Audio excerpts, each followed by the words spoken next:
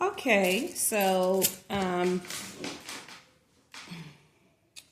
third grade subtraction, 4 digits with or without regrouping. I actually brought out the place value mats just because we are going up to thousands. I didn't do it for addition, but I will do it for subtraction using the chips and all, because again, the child is in the third grade and they're still, we want to ensure that they understand what it means to regroup or to borrow.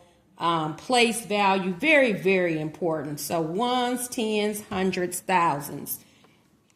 Again, that's ones, tens, hundreds, thousands. So we will be using those to solve the problem as well. So let's go ahead and make up a problem, parent. Let's see. We're going to do 3,245 minus 2,564. Okay? All right. We'll start off with not regrouping. How about that? So the ones column, this is the algorithm explanation. Ones column, then tens, hundreds, thousands. Have your child point ones, tens, hundreds, thousands.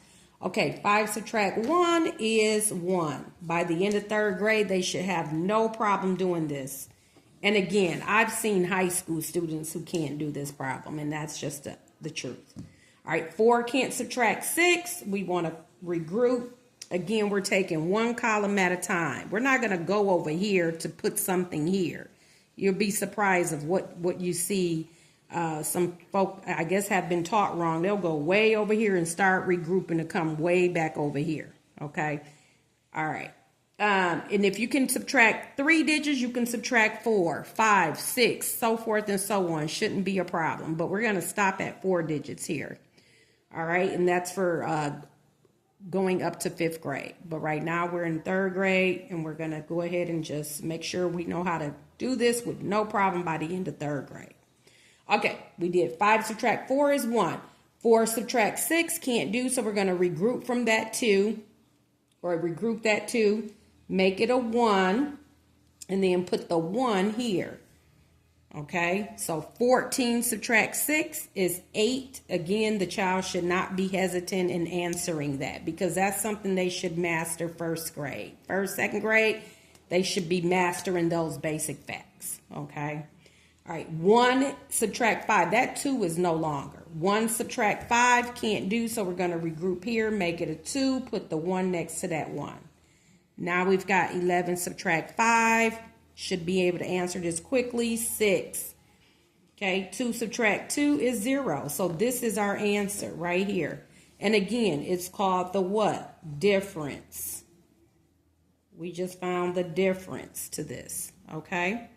All right, so now I'm going to model it. And again, how would we check it? We would add the 2 bottom numbers, because remember, it's a subtraction problem.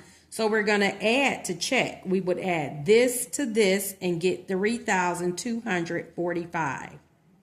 3,245. I think I said and. Shouldn't have said that. You never say and until you see a decimal point.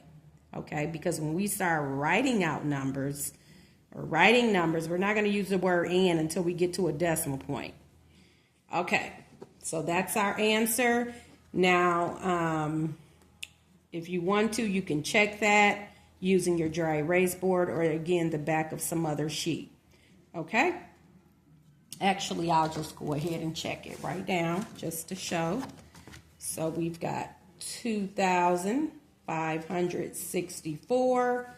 I'm going to add that to the 681, okay? And I should get the original, 3,245. Again, that's a lot of stuff around it, but originally it was 3,245, okay? So let's see what we get. 5, 6 plus 8 is 14. 5 plus 1 is 6, plus another 6 is 12, and then there's the 3. Again, it checks, okay? It checks. All right, let's use the chip.